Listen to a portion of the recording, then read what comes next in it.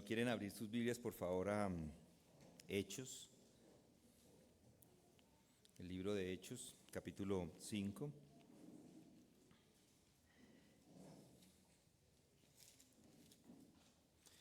Hechos capítulo 5, y vamos a iniciar en este día con un nuevo incidente. Algo nuevo en un sentido, pero en realidad no es nuevo, porque es la consecuencia del evento que acabamos de estudiar estos últimos días. Ya la semana pasada vimos la situación con estas dos personas, Ananías y Zafira. Hicimos un énfasis en la manifestación del poder de Dios a través de los apóstoles. Dije que ese día las personas han creído al ver lo que sucedía por medio de ese poder expresado por los apóstoles. Y noten el versículo 14, dice: y más creyentes en el Señor, multitud de hombres y de mujeres se añadían constantemente al número de ellos. Luego en el 15 dice: a tal punto que aún sacaban los enfermos a las calles y los tendían en lechos y camillas, para que al pasar Pedro, siquiera su sombra cayera sobre alguno de ellos. También la gente de las ciudades en los alrededores de Jerusalén acudía trayendo enfermos y atormentados por espíritus inmundos, y todos eran sanados. Es asombroso lo que está pasando en este momento. Y luego viene el incidente, este nuevo incidente que vamos a estudiar juntos. Leámoslo completamente, versículo 17. Pero levantándose, y va hasta el 32, pero levantándose el sumo sacerdote y todos los que estaban con él, es decir, la secta de los saduceos, se llenaron de celo y echaron mano a los apóstoles y los pusieron en una cárcel pública. Pero un ángel del Señor durante la noche abrió las puertas de la cárcel y sacándolos dijo: id, y puestos de pie en el templo, hablar al pueblo todo el mensaje de esta vida. Habiendo oído esto, entraron al amanecer en el pueblo y enseñaban. Cuando llegaron el sumo sacerdote y los que estaban con él, convocaron al concilio, es decir, a todo el senado de los hijos de Israel, y enviaron órdenes a la cárcel para que los trajeran. Pero los alguaciles que fueron no los encontraron en la cárcel. Volvieron pues e informaron. Dijeron: encontramos la cárcel cerrada con toda seguridad y los guardias de pie a las puertas, pero cuando abrimos a nadie hallamos dentro. Cuando oyeron estas palabras, el capitán de la guardia del templo y los principales sacerdotes se quedaron muy perplejos a causa de ellos, pensando en qué terminaría aquello. Pero alguien se presentó y les informó: mirad, los hombres que pusisteis en la cárcel están en el templo enseñando al pueblo. Entonces el capitán fue con los alguaciles y los trajo sin violencia, porque temían al pueblo, no fuera que los apedrearan. Cuando los trajeron, los pusieron delante del concilio, y el sumo sacerdote los interrogó, diciendo: os dimos órdenes estrictas de no continuar enseñando en este nombre, y aquí habéis llenado a Jerusalén con vuestras enseñanzas, y queréis traer sobre nosotros la sangre de este hombre.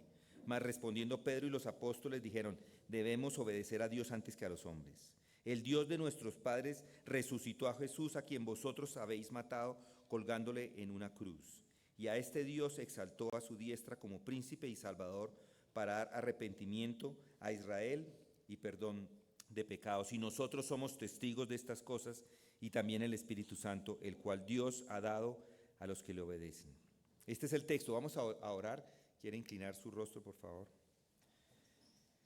Señor Dios Todopoderoso, lleno de gracia y de misericordia, y hoy, en este día, Señor, te agradecemos porque has permitido que lleguemos hasta este lugar para meditar en tu palabra, para escudriñar lo que tú tienes para nosotros, que podamos ser no solamente instruidos en nuestro intelecto, sino ser transformados por medio de tu Espíritu. Ese es nuestro ruego en este día, es nuestro ruego cada vez que venimos a tu palabra, que tú abras ese entendimiento y transformes y cambies nuestra mente, nuestro corazón, a hombres y mujeres más parecidos a tu Hijo Jesucristo. Esto te pedimos en el nombre de Cristo. Amén. Como les digo, acá hay otro evento, este es otro evento, un episodio más en la historia de la iglesia primitiva. Y lo estamos analizando por las mismas razones por las que hemos analizado los otros incidentes. Nos interesa descubrir qué es lo que estaba pasando con la iglesia cristiana, cuáles eran sus mensajes, qué estaban haciendo en este mundo. Y tenemos este relato real del origen y el comienzo de la iglesia cristiana. Se trata de hechos históricos. Nunca habría existido iglesia si no fuera por estos hechos históricos. Este es el inicio, este es el momento el momento cero. No se puede explicar la iglesia en ningún otro término. Y los gobernantes de la época se enfrentaron a un gran problema, y el problema es este. Vieron a estos apóstoles, unos hombres ordinarios, llenos de poder, haciendo cosas increíbles y maravillosas, y no podían entenderlo, y entonces se llenaron de celo. No podían entender el inicio de la iglesia. De hecho, no es el inicio de una institución común y corriente, era la iglesia la que estaba comenzando, pero igual ellos no lo aceptaron y se llenaron de celo. Y de este evento podemos extraer unos principios que nos muestran lo que era la iglesia y principios que nos ayudan para nosotros hoy. Y lo primero que quiero que analicemos en estos versículos son los versículos 17 y 18. Leámoslos otra vez. Pero levantándose el sumo sacerdote y todos los que estaban con él, es decir, la secta de los saduceos, se llenaron de celo y les echaron mano a los apóstoles y los pusieron en una cárcel pública. ¿A qué se refiere esto?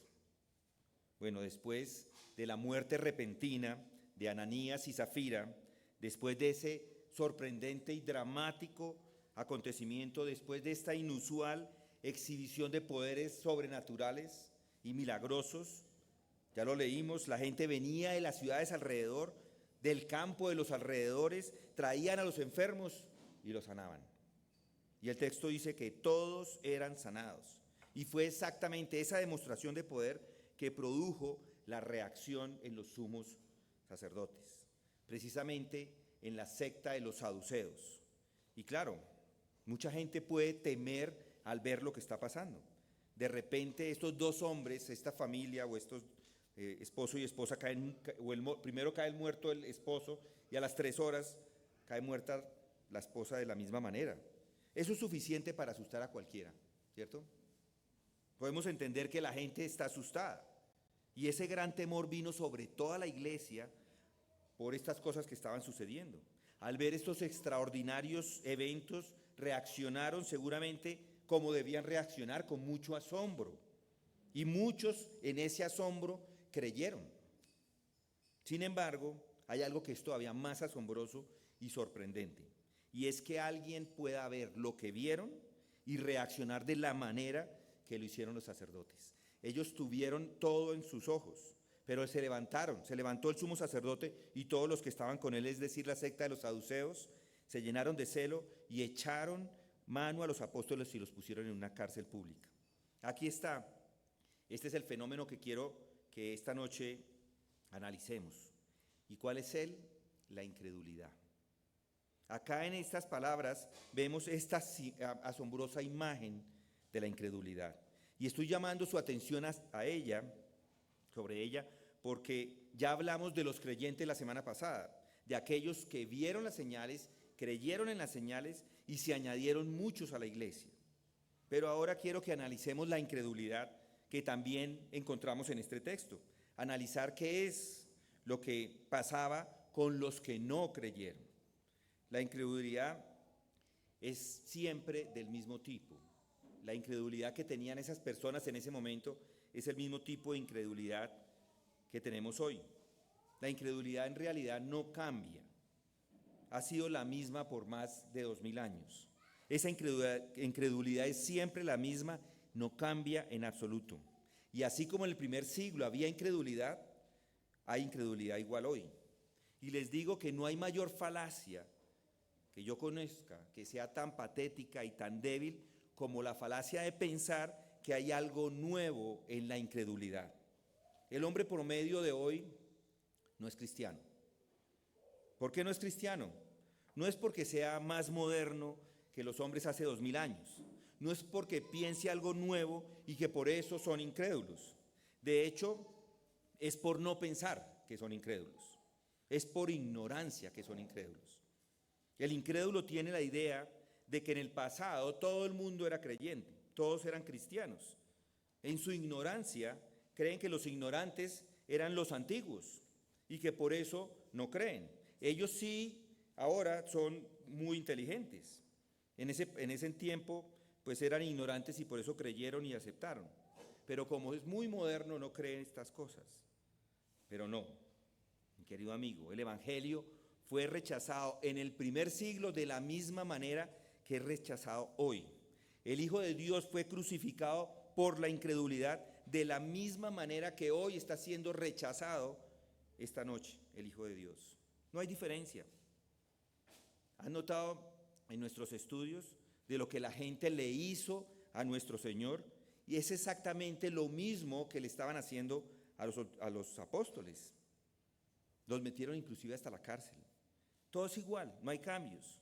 Cristo sigue siendo el mismo. La creencia y la fe es la misma y la incredulidad es la misma. No hay diferencia alguna. Y así este texto nos muestra la incredulidad de estos hombres. Y esa es la simple verdad acerca de todos los que rechazan el Evangelio. Incredulidad. Todos le dan la espalda. Todos a los que no les gusta son parte de este mismo grupo de los incrédulos. ¿Y qué dice acá? Bien, por supuesto, lo primero que dice es que hay algo acerca de la naturaleza de la incredulidad. Y este es el punto de partida hoy, la naturaleza de la incredulidad. ¿Cuál es la naturaleza de la incredulidad? ¿Por qué es que alguien en esta congregación, en esta noche, que no es cristiano, está en esa posición de incredulidad? ¿Por qué no cree el Evangelio? ¿Alguna vez se han puesto a pensar en eso? ¿Cuál es su razón? Bueno, acá hay una pregunta muy profunda y es respondida aquí con claridad. Aquí había hombres que lo que hicieron fue rechazaron a nuestro Señor Jesucristo. ¿Recuerdan? Denos el ladrón, denos el saltador y fuera con Cristo, crucifíquelo. No queremos tener nada que ver con él. ¿Qué es lo que lleva a la gente a llegar a decir eso? Bueno, veamos esto y comencemos primero diciendo que no es un rechazo inteligente. Y esa es la naturaleza de la incredulidad. No es inteligente. Esa es la primera característica. No es intelectual. No es por el intelecto que alguien rechaza. Los que se burlan de la fe dicen que esto es una cuestión intelectual. Afirman que ellos tienen un cerebro enorme, una gran habilidad, una gran comprensión, un gran poder de razonamiento. Y especialmente hoy, por supuesto, todos piensan que son mucho más entendidos que los anteriores, que los antiguos, que son mucho más capaces que en ese entonces. Ahora son más científicos. Y siendo más científicos, no ponen sus emociones en estas cosas. Todo lo analizan con el método científico. ¿Saben cuál es el método científico? El método científico es una metodología para obtener conocimiento y consiste en observar de manera sistemática, medir lo que se observa, repetir las experiencias y de ahí sacan unos análisis, formulan tesis y van sacando sus hipótesis. Las principales características de un método científico son las teorías y las hipótesis que se pueden poner a prueba y se pueden reproducir esos eventos. Por eso no lo creen, porque no lo pueden ver. Estos eventos no se pueden reproducir. Pensaron en ese entonces y hoy no se pueden, pasaron en ese entonces y hoy no se pueden repetir. Y por eso es que no creen, porque no le pueden aplicar el método científico. Según ellos, un científico es un hombre que no tiene prejuicios, es un hombre con una mente objetiva, apartada de los eventos, apartada de los hechos, y no tiene prejuicios, no tiene ideas preconcebidas, y ellos dicen que es todo lo contrario a una persona religiosa.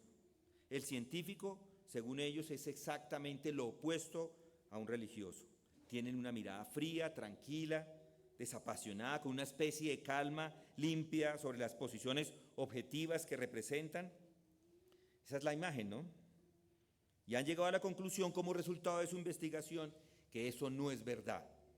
Como estos textos están hablando de cosas sobrenaturales, simplemente están diciendo eso no es verdad.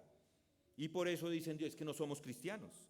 Rechazan el Evangelio y su mensaje y todo lo que representan debido a que tienen este gran cerebro y este poder de razonar entienden más que todos. Su gran cerebro no se los permite. ¿Y por qué no pueden? Bueno, resulta que nacieron con esta gran mente y con este gran entendimiento. ¿Y cómo lidiamos nosotros con eso? No es difícil. Si ellos pudieran demostrar y probar que ningún hombre con un cerebro como el de ellos jamás creyó en el Evangelio, bueno, entonces tienen un argumento. Pero no es así. Hay hombres con grandes cerebros que han creído en el Evangelio. De hecho, eso fue principalmente lo que me llevó a mí a creer. Cuando yo era incrédulo pensaba que eso no era muy razonable ser cristiano, era lo que yo pensaba. Y fue una persona con un gran cerebro, una persona muy preparada que me habló del Evangelio. Fue eso lo que me llamó la atención. Sus títulos, él tenía muchos títulos, un doctor en muchas cosas. Y yo decía, ¿cómo puede este hombre creer el Evangelio? Y pues así fue. Un hombre preparado que creía. Y eso es lo que encontramos en las Escrituras repetidamente. Personas que rechazan el Evangelio, grandes cerebros que más tarde creen. Pablo es un ejemplo de ello. En un inicio descartan el Evangelio, lo ridiculizan, pero más tarde ellos mismos se convierten en cristianos. ¿Y por qué hicieron ese cambio? ¿Será que se enfermaron de su cerebro? ¿Hay evidencia de que su cerebro de pronto empezó a degenerarse por una arteriosclerosis cerebral o algo así? Sus mentes y sus cerebros funcionan con la misma brillantez que antes. Los mismos hombres con el mismo cerebro que en un momento lo rechazan y luego lo creen. Y eso es evidente en muchas de las familias que nos encontramos inclusive hoy en este lugar. Dos hermanos, la misma familia, los mismos dones, ambos fueron al mismo colegio, les fue igual de bien a los dos con los mismos privilegios, los dos fueron a la universidad, su historial casi idéntico, les fue igual de bien en todo, hombres sobresalientes, los dos hermanos, pero uno de ellos cristiano y el otro no es cristiano. ¿Qué es lo que hace la diferencia? No se puede decir que es una cuestión de intelecto o de cerebro. ¿Qué es la marca? ¿Qué es lo que marca la diferencia? Bueno, todo lo que estoy diciendo es esto. No tiene que ver con la inteligencia. Es imposible que esto sea por el intelecto. Por eso deshágase de ese argumento de una vez por todas. Pero luego algunas personas dicen, está bien, lo acepto. Entonces, es una cuestión de conocimiento. Su posición es que realmente es una cuestión de conocimiento. Hoy tenemos más conocimiento que esas personas en ese entonces. Y no podemos creer como los hombres de ese tiempo porque sabemos más cosas. Tenemos un conocimiento científico. Hoy sabemos ciertas cosas que ellos no sabían en el pasado. Y son esas cosas que sabemos ahora las que les hace imposible creer. Así que nuestra incredulidad o su incredulidad se basa en su conocimiento. Muy bien, todo lo que le digo en respuesta a eso es esto. Si esa es la causa de la incredulidad, ¿cuál fue la causa de la incredulidad en los tiempos de los Hechos de los Apóstoles? Lo rechazaron exactamente de la misma manera y no tienen el conocimiento de hoy. Obviamente debe haber otra razón para la incredulidad. Como ven, no es una cuestión de conocimiento.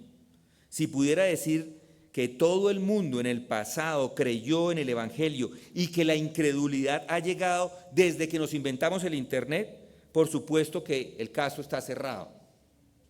Pero no es así. Antes del Internet ya eran incrédulos como lo son ahora. Ha habido tanta incredulidad en el pasado como en el presente. Y déjeme decirlo así, tome todo ese conocimiento de la inteligencia artificial hoy día, algo nuevo, algo moderno. Es maravilloso y estoy de acuerdo con eso. No estoy aquí para decir nada en contra de la inteligencia artificial. Un hombre que dice algo en contra del conocimiento moderno, de los descubrimientos y de las invenciones, es simplemente un tonto. Pero todo lo que estoy diciendo aquí es para descubrirles es esto, que todo este aumento de conocimiento moderno no tiene nada que ver con el tema que estamos discutiendo. No porque el hombre se haya inventado la inteligencia artificial es que ya no son pecadores. Porque le pregunto, ¿le ayuda la inteligencia artificial y el aumento de conocimiento a no pecar? ¿Le dice la inteligencia artificial algo nuevo acerca del hombre? ¿Le está ayudando a cómo vivir una vida limpia, recta, moral y a cómo morir? ¿Le dice que hay más allá de la muerte? ¿Le ayuda? Inteligencia artificial no puede decirle nada sobre ese tema, nada sobre Dios, nada sobre los grandes temas fundamentales de la Biblia. El conocimiento moderno no tiene nada que decir en esa cuestión. Por eso es irrelevante. La incredulidad estaba antes de que llegara la inteligencia artificial y todavía va a estar acá para siempre. Esa no es la causa de la incredulidad. Pero vemos otra característica a la incredulidad. Escucha el texto. Pero levantándose el sumo sacerdote y todos los que estaban con él, es decir, la secta de los saduceos, se llenaron de celo. Entonces, primero, no es inteligente, no es por conocimiento, pero sí es por celo. Se llenaron de celo. No creyeron por celo. Ahora estamos empezando a entender, ¿cierto? Lo que tenemos acá nada tiene que ver con la ciencia. Lo que tenemos acá es un engaño del diablo. Aquí es donde nos engaña. El problema no es la causa, o la causa no es que sea o no sea intelectual. ¿Y qué es? Bueno, me atrevo a decir que la incredulidad es siempre el resultado de la irracionalidad. En otras palabras, es exactamente lo contrario a ser intelectual. Puedo decir que la incredulidad no es racional, es irracional. Esto porque la incredulidad es enteramente una cuestión de sentimientos. Noten ahí, es una cuestión de prejuicios. Mírenlo ahí, obsérvenlo acá, acá hay un ejemplo y una gran ilustración. Noten el versículo 24. Cuando oyeron estas palabras, el capitán de la guardia del templo y los principales sacerdotes se quedaron muy perplejos a causa de ellos, pensando en qué terminaría aquello. ¿Qué significa? Bueno, significa lo siguiente. Ellos han visto a estos hombres sanando a los hombres en la puerta del templo. Ellos los han oído hablar con elocuencia y eran unos hombres comunes y corrientes. Los ven exponiendo las escrituras. Sabían que eran ignorantes e iletrados. Los han visto hablar de la manera que hablaron, con justicia acerca de Ananías y Zafira y cómo ellos caen muertos. Han visto todas estas manifestaciones de poderes sobrenaturales y no lo entienden y no pueden explicarlo. Traen a los enfermos y ellos los curan. Y sin embargo, en vez de verlo de una forma verdaderamente científica, podrían haber dicho, no entendemos qué está pasando, pero no podemos disputar los hechos. Al fin y al cabo, los hechos son los hechos. En lugar de aceptar los hechos, se llenaron de celo. Deberían haber sido humildes, tolerantes y haber jugado limpio y darle una oportunidad a lo que veían. Pero ellos hacen exactamente lo contrario y lo descartan de plano. Están llenos de celos, molestia, indignación y tratan de ponerle fin en ese momento. Pero mis hermanos, esto sigue siendo lo mismo hoy día, ¿cierto? Mira a los hombres modernos, observen su intolerancia, juzgan todo con sus pasiones, se les presenta la verdad y cuando ya no tienen excusa, entonces rechazan todo sin pensar. Esta semana hablaba con unos hermanos que tienen un familiar que no cree, que es testigo de Jehová. Ahora, él ya tiene toda la información, ellos le han dado toda la información, le ha predicado el evangelio varias veces, les han mostrado la correcta doctrina del cristianismo y en este momento se cerraron las puertas. Ya no les aceptan nada, rechazan todo lo que venga y que ellos digan. Y lo rechazan porque su creencia ha sido cuestionada. Es lo mismo acá. Los sacerdotes creían lo que creían y ellos estaban siendo cuestionados y por eso se llenaron de celo. Hoy lo vemos con claridad por todas partes. La gente tolera cualquier cosa, la maldad, la perversidad, la inmundicia. Casi que toleran cualquier cosa, pero no el Evangelio. Y cuando les confronta con sus creencias acerca de estas cosas, bueno, la rechazan. Si les confronta con su religión que han obtenido del mundial, entonces le rechazan. Ustedes los han escuchado. Se burlan, los miran con desprecio, se amargan. ¿Y a qué se debe esto? Es la pregunta a la que nos enfrentamos. Y la explicación está aquí ante nuestros ojos. No hay tolerancia por el cristianismo. No hay un juego limpio. No hay ninguna disposición a permitir la posibilidad del evangelio. Y por eso lo rechazan. Un rechazo total. Y les digo, desafortunadamente todos sabemos algo acerca de la incredulidad. Todos hemos sido culpables de ello. ¿Y saben por qué reaccionaron así estos hombres? Bueno, la respuesta es que eran celosos, eran orgullosos y no les dejaron pensar en otra cosa. Ellos eran el sumo sacerdote, eran el partido de las personas más importantes, están protegiendo su posición, están orgullosos de sus conocimientos, están orgullosos del hecho de que la gente les escuchaba todo lo que ellos decían. Pero ahora aparecen estos dos nadies, desarmados, ignorantes, que han ocupado el centro de atención. La muchedumbre está corriendo hacia estos hombres, ignorantes y despreocupados, y escucha lo que ellos dicen y no están escuchando a las autoridades. Están furiosos, están llenos de indignación. Ellos no ven los milagros, no vieron la muerte de Ananías y Zafira. No importa nada, excepto lo que ellos creen, su gran posición. Observen el texto y noten que hay un énfasis en que el sumo sacerdote se levantó. Pero levantándose, él se levanta, el sumo sacerdote, y todos los que estaban con él, es decir, la secta de los saduceos, se llenaron de celo.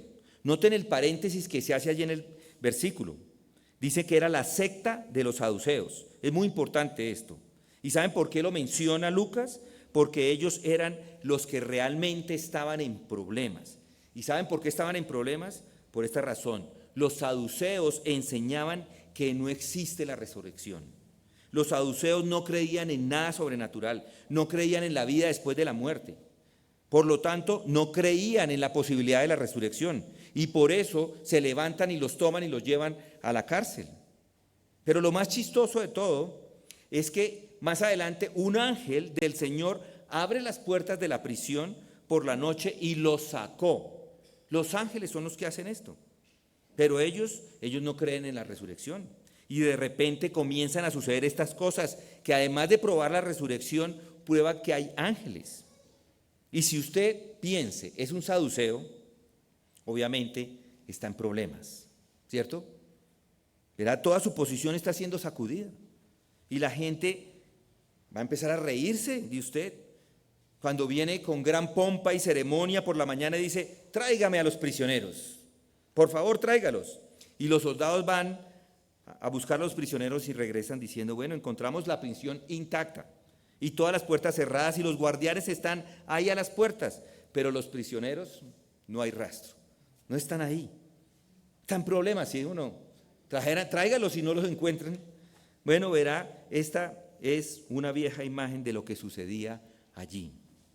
Pero eso es igual con el hombre moderno que rechaza el evangelio. Él siempre ha dicho que no hay Dios. Él siempre ha dicho que no hay milagros, que Jesucristo fue solo un hombre. Siempre lo ha dicho y ha sido un gran defensor de sus puntos de vista. Sin embargo, algo sucede. Piensen en eso, pero no puede explicarlo. Un ignorante, un tonto, que se llama a sí mismo cristiano, parece que es capaz de vivir una mejor vida que la suya. Y parece ser capaz de ayudar a la gente en la miseria y en la angustia de una manera que él no puede hacer. Y las cosas suceden a través de este ignorante, lo cual no puede hacer y no puede explicar, y entonces está en los problemas. Toda su actitud, toda su posición está involucrada. La gente entonces se aleja de sus ideas y ese es el problema. Esa es la verdadera causa de la incredulidad. ¿Qué pensaría? Piensen en eso. ¿Qué pensaría la gente si yo, siendo un incrédulo, creo? Siempre he sido incrédulo. Todo el mundo me conoce como un incrédulo. ¿Qué pensarían las personas si algún día digo, ahora creo? Su respetabilidad intelectual se vendría abajo. ¿Hay alguien que no sea un tonto para creer en esto? Es por eso que la mayoría de las personas no son cristianas. Ese es su argumento. Eso es lo que realmente está sucediendo dentro de ellos. Toda su posición, todas sus ideas, todas las ideas de hombres modernos, muy alfabetizados, educados, sofisticados y científicos, y sin embargo esto es algo terrible. Su orgullo se involucra, muy intelectuales, pero su orgullo se involucra. Toda su posición está involucrada. Siente que el mundo se ha derrumbado a sus pies. Y por eso es que los hombres no creen en el Evangelio. ¿Notan ese elemento de odio y de celo, de indignación por el sumo sacerdote? Y permítame señalarles cómo se ve esto en la actualidad. ¿Por qué la gente no puede hablar tranquila acerca de la fe cristiana? ¿Por qué se tienen que burlar siempre de ella? Yo recuerdo a alguno que se burlaba, me decía, muchas personas en realidad, pero en particularmente recuerdo a uno que era una burla constante acerca del cristianismo. Usted me dijo, ¿usted se va a hacer pastor? Se llenan de plata, me decía. Va a hacer plata, me decía. ¿Por qué este sentimiento de rechazo de la verdad? ¿Por qué esta pasión? ¿Por qué la ausencia de una actitud tranquila y racional? Y no estoy inventando los hechos. ¿Por qué estas personas trataron con el Hijo de Dios de la manera que lo hicieron? ¿Por qué lo siguen tratando de la misma manera? ¿Por qué ese odio? ¿Por qué esa rabia? ¿Por qué los mandaron a la cárcel? Igual hicieron con Cristo. ¿Se acuerdan? Cristo está crucificado entre dos pillos. ¿Es eso intelecto? ¿Es esa la visión racional, desapasionada y científica de la verdad? No, no, amigos míos. Es exactamente lo contrario. Aquí hay un sentimiento de pasión, aquí hay celo, y esa es siempre la característica de la incredulidad.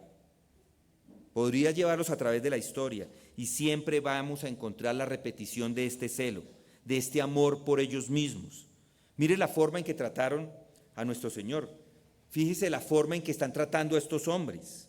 Fíjese la forma en que han tratado los hombres después del primero y segundo siglo. Las masacres, la crueldad, las horrendas cosas que describe el libro de los mártires de Fox. Y lo siguieron haciendo a lo largo de los siglos. Mírelo en la Edad Media. Le dieron a los puritanos. Vea el trato que le dieron a los primeros misioneros en Colombia. ¿Por qué los hombres hacen esto? Esto es incredulidad. Pero ¿por qué esta pasión? ¿Por qué este tipo de tratamiento? Y la repetición de todo esto es por el celo. Eso es obvio. Esto no es intelectual. Esto no es una visión tranquila y científica de la verdad. Esto es pasión. Esto es un sentimiento de malicia, un rencor gigantesco y furioso. Pero algunos dicen, no hay nada de eso hoy. No ¿Es eso cierto? Hay persecuciones hoy día. Colombia, solamente para darles un ejemplo, y podemos ir a otros países, pero Colombia está en la lista de los países que son perseguidos, donde hay persecución cristiana. Y no está allí porque no existe, en realidad hay. Tal vez no la ve, porque es más evidente en los pueblos y en las veredas, pero hay. Según Puertas Abiertas, Colombia es un país donde hay persecuciones y donde hay más persecuciones en Colombia que en toda Latinoamérica. Está en la lista, allí. Ahí está México y está Cuba. Esos son los tres países donde hay persecución. Y solo en los últimos años, después de estar cercano al puesto 50, pasó al puesto 30 y ahora está en el puesto 22. Cada vez es peor. Hay persecución y está en ascenso en Colombia. ¿Pero qué es eso? Pues es la realidad. Y si hay alguna persona que quiere ocupar un puesto, por ejemplo, a nivel educativo en el gobierno y declara sus creencias, pues no lo dejan enseñar. A los hombres se les ridiculiza, se les raya de muchas cosas, se les rechaza. son sacrificados porque son cristianos y porque están tratando de vivir una vida cristiana y moral. Pero puede ser un pervertido y esos sí son alabados. Pero si usted es un cristiano, bueno, todos lo van a atacar. Susurrarán y cuando tengan la oportunidad lo van a meter a la cárcel. Simplemente estoy poniendo los hechos ante ustedes y esos son los hechos, desafortunadamente. Y sin embargo se nos pide que creamos que esto no es más que racionalismo, que es una visión tranquila, fría, científica, de investigar las cosas y eso no es cierto. El motivo del rechazo al cristianismo es ese celo. ¿Qué es esto? Bueno, ya digo que no es más que pura irracionalidad. Y ahora les doy la estocada final. ¿A qué se oponen? ¿Qué era lo que estas personas rechazaban? Bueno, aquí se nos dice que el ángel se les apareció a estos hombres en la prisión y eso es lo que rechazan. Pero ¿qué en realidad es lo que los llena de furia? Y esto es lo más asombroso de todo. Y si no está de acuerdo de que esto es irracional, entonces hay algo mal en su pensamiento. Les sugiero que lo examine de nuevo. ¿Qué es lo que rechazan? ¿Están rechazando algunas cosas secundarias, emocionales y poco inteligentes? No, no hay evidencia de ello. ¿Están rechazando algo primitivo? ¿Hay algo que se enseñe, que ponga trabas en la intimidad de los hombres? ¿Es su enseñanza algo que daña la moral de un hombre? ¿Es algo que daña la espiritualidad de un hombre? ¿Es algo que le hace daño a un hombre en esta vida y en la próxima? Y la respuesta, no. Es no. Es un mensaje hostil a los hombres y que está en contra de los mejores intereses de alguna manera. Y la respuesta es no. Este es el mensaje. Porque de tal manera amó Dios al mundo que dio a su Hijo unigénito para que todo aquel que cree en Él no se pierda, mas tenga vida eterna. Porque Dios no envió a su Hijo al mundo para juzgar al mundo, sino para que el mundo sea salvo por Él. El que cree en Él no es condenado, pero el que no cree ya ha sido condenado porque no ha creído en el nombre del unigénito Hijo de Dios. ¿Qué hay en este mensaje que los hombres rechazan? Que el gran Dios que hizo el mundo y que nos hizo a todos nosotros y que está sobre todos nosotros, que es nuestro juez eterno, aquel contra quien hemos pecado y a quien hemos injuriado, que le hemos escupido. Sin embargo, este Dios que nos ha amado tanto, ha planeado una manera de salvarnos. Y el apóstol Pablo lo expresa con estas palabras: la gracia de Dios que trae salvación ha llegado. Esa es la buena noticia. Ese es el evangelio. Y esto es lo asombroso. Pero si fuera el mensaje del evangelio que Dios es un gran tirano que esperaba abalanzarse sobre nosotros y golpearnos, y que siempre nos mantendría deprimidos y llenaría nuestras mentes de basura, nuestros espíritus y nuestras almas de angustia, y que nos pone en una especie de infierno, ahí sí entiendo, por supuesto, entiendo que lo rechacen, pero es exactamente lo contrario. Es un Dios que dice que aunque hemos pecado, aunque hemos fallado, que hemos pecado contra Él, su amor es tan grande que está preparando el camino de salvación para usted y para mí. Mire a los hombres de Mateo 27. Mire a quién le están escupiendo. Mire a aquel que le pusieron la corona de espinas, le pusieron la caña en su mano y se burlaron de él y le animaron y le escupieron literalmente. Y se rieron de él y se burlaron de él en su agonía en esa cruz. ¿Y por qué hacen esto? ¿Quién es él? Y la respuesta es que Él no es otro que el Hijo de Dios que ha venido a este mundo. Es la persona más increíble que el mundo haya conocido, haya visto jamás. Él estuvo todo el tiempo haciendo el bien, que era un hombre que se sentaba y se mezclaba con publicanos y pecadores cuando los grandes religiosos, los respetables religiosos, ni se les acercaban. Pero Él sí, Él estaba cerca de ellos. Fue el que permitió que una mujer pecadora le lavara los pies con sus lágrimas y que los enjuagara con los cabellos de su cabeza. Aquí hay uno que tenía palabras de bondad. Aquí hay uno que daba aliento a los desesperados. Obsérvelo. Va por ahí, por todas partes haciendo el bien. Él cura enfermedades, Él restaura a todas las personas que estaban sufriendo. Da cordura a los dementes, Él sana a los ciegos, a los cojos, a los sordos, resucita a los muertos. Aquí está esta persona a la que le están escupiendo. Escuche sus enseñanzas, solamente basta ir al sermón del monte y dígame de ese sermón qué hay de tirano en él. Los hombres tuvieron que admitir que nunca habían escuchado palabras tan amables como las palabras que salieron de los labios de Jesucristo. Obsérvelo. ¿Qué está haciendo en esa cruz?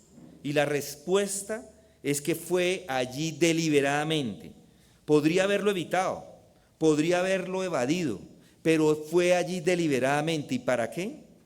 Bueno, como él decía, había venido a este mundo a buscar y a salvar lo que se había perdido. Por eso había venido. Había venido porque es el mayor benefactor de este universo.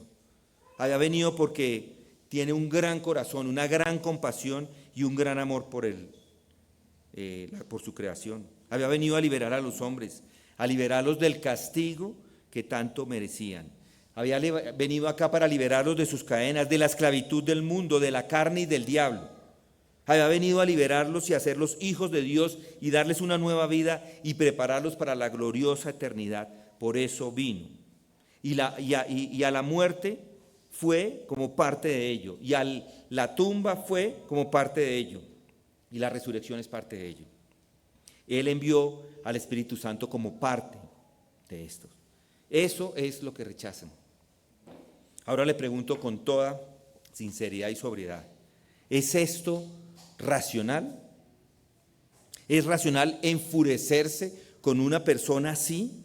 ¿Es racional arrojar a la cárcel pública a hombres que le hablan de él, que le muestran por qué vino, que le muestra el camino de salvación, que les ofrece la salvación?